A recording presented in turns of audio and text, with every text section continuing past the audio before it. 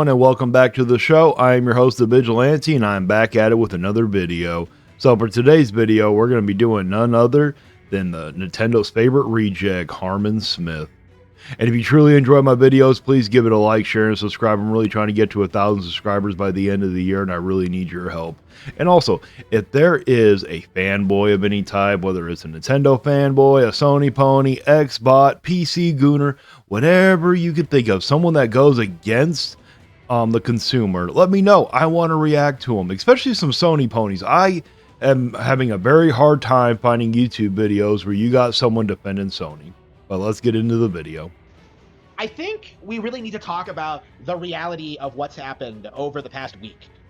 YouTubers did everything in their power to come out downplaying the Switch 2, making up all these narratives about it and continuing this farce that Steam Deck, PC, all these other platforms are somehow relevant or more desirable than the Switch, right? They came out saying this religiously. That was their thing, is that the Steam Deck is going to stop the Switch 2. Hey genius, the Steam Deck couldn't even outperform the Switch 1. It's just a completely delusional. Harmon, how long was the Switch 1 around for compared to the Steam Deck? And the Steam Deck was never trying to compete with it. Did Valve sit there and send things out to show that they were going to compete with it? No, it only competed with it in your mind. You got worried and scared. It's okay. And no one is trying to downplay the Switch. Well, no one seriously is trying to downplay the Switch. We're giving healthy criticism. Healthy criticism helps out companies be better. That's what we're trying to do. Most of us want Nintendo to succeed. We don't want one company doing a monopoly on gaming because then nobody wins.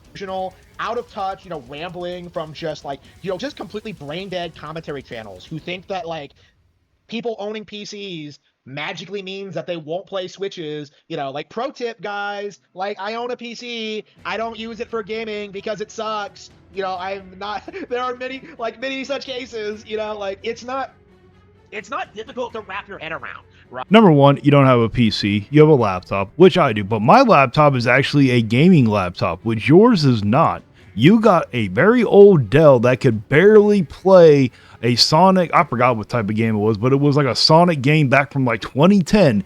And it could barely even handle playing that. So no wonder you don't like PC gaming. That people prefer Nintendo Switch for games. And that's just the reality of the situation, looking at all of these narratives and all these copes, Nintendo Switch 2 will be successful. It's already just topping the charts in every country where it's available. We talk about Japan specifically, but there are lots of other countries where it is available and it is doing well. Do we really have to continue bringing up Japan? I love it when you fanboys bring up Japan. No wonder it's topping the charts in Japan. You want to know why? Because we're subsidizing their welfare gaming system. Do you understand that we pay $450 for our console while they only have to pay $330? No wonder it's topping the charts. There would be way more. Those things would have sold out way more over here than they would have than they actually did if we would have got it at $330. But no, you're okay with us getting screwed over just so they can have a gaming console. All these people acting as if $450, which is only $150 more than the base Switch, by the way, $100 more than the OLED, actually. You have all these people coming out and saying that that's expensive when I'm sitting here looking at MetaQuest 3s, which are about $500, iPads, which are about $1,000, gaming PCs, which are pre-built gaming PCs, which are about $3,000. I'm looking at I only complained about the price because Japan was getting it for $120 less. Now everybody else complained about the price because then when you look at the PS5, it was actually cheaper to go get a PS5 with a game, and the PS5 is far superior than the Switch 2. 3D printers, which are $800. I'm looking at inside bikes that are $2,000. $450 isn't shit. Okay,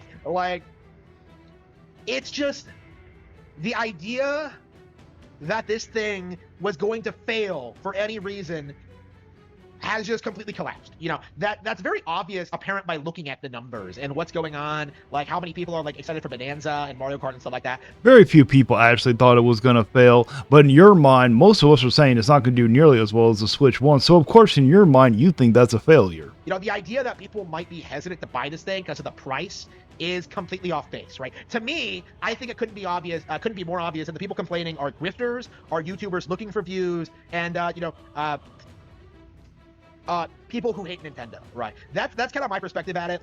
Looking at it is people who like desperately want Nintendo to fail for like views, basically. And like always, these people are just taking fat, massive L's, you know. And it's only going to get worse when the console actually comes out. But I do think we really do need to come out and say, you know, right now, we don't want Nintendo to fail. It's called criticism. We are giving Nintendo healthy criticism so they can be a better company for consumers. I understand that you don't care about the consumer. You don't even care about your Nintendo fans. You care more about Nintendo. You sit there and let your back get blown out on the daily.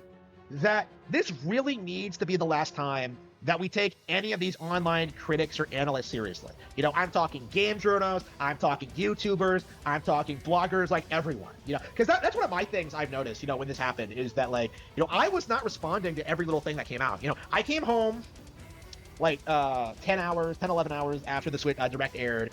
I did my reaction to it.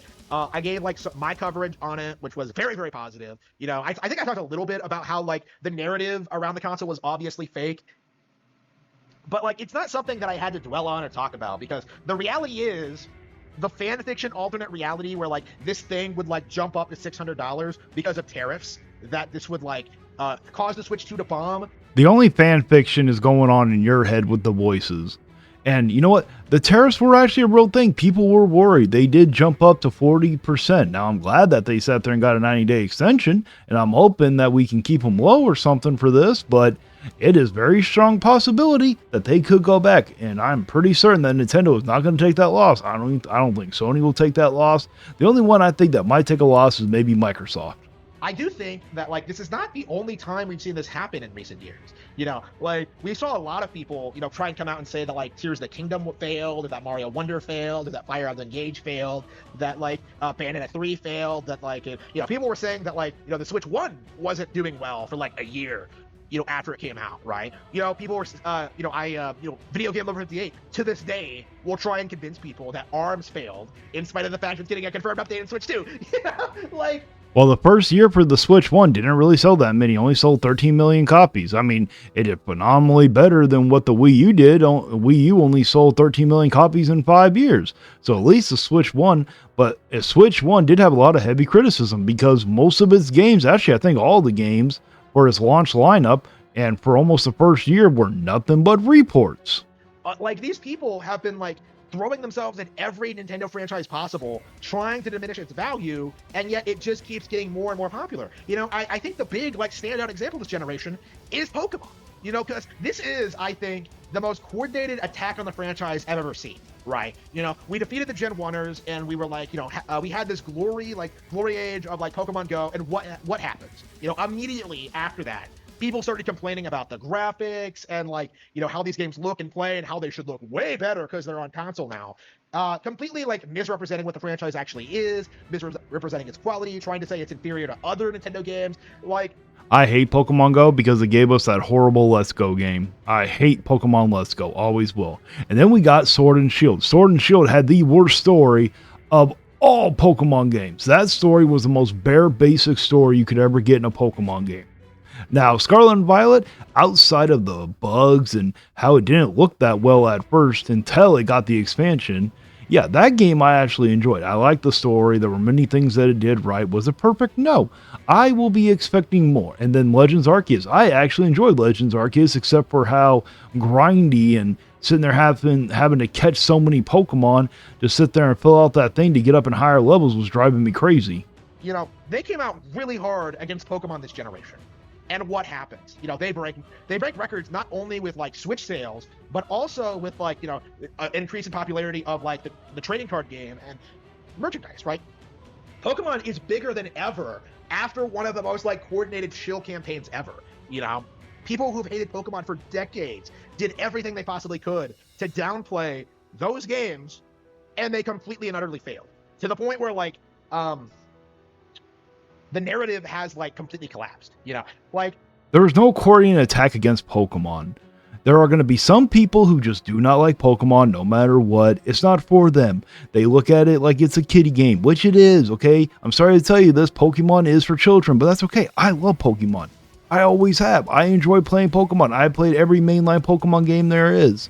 I've even played some of the spin-off games. I haven't played them all, but I have played some of them. But I do thoroughly enjoy Pokemon. But I can sit there and give healthy criticism. You give criticism against games you don't like. Is it a coordinated attack you're trying to take down them? Actually, I think you are. I think so badly you want this console war to be in your mind that you are purposely trying to sit there and have Nintendo in this console war when Nintendo hasn't been in the console war since the 90s. I'll give you an example.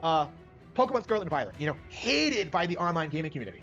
Everyone says these games are awful, that they're unplayable, that they look like trash, that they don't run well. None of which was true, mind you. But now these games are getting updated on Nintendo Switch, too.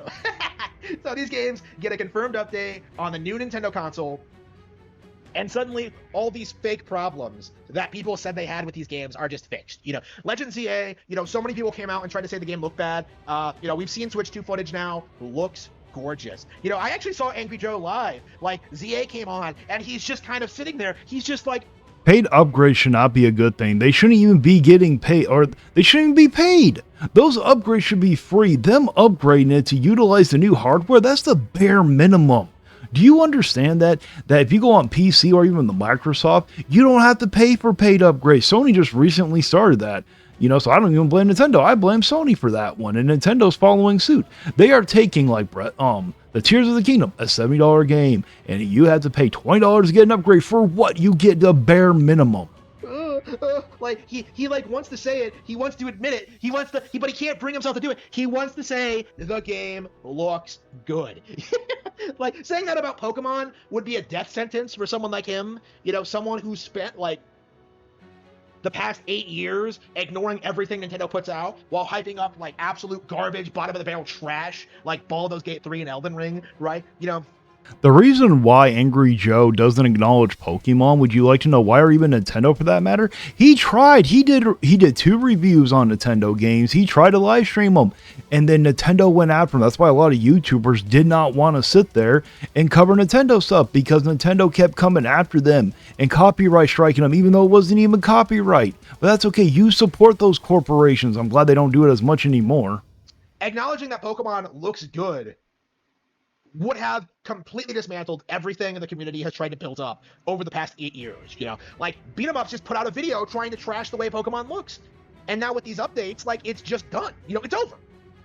And I think we're reaching the point where the same could be said for Nintendo consoles as a whole, right? Because we've been told for years that these consoles are inferior, that they're not competitive, that like people only buy them because of like Nintendo games and not because the hardware itself is all that great.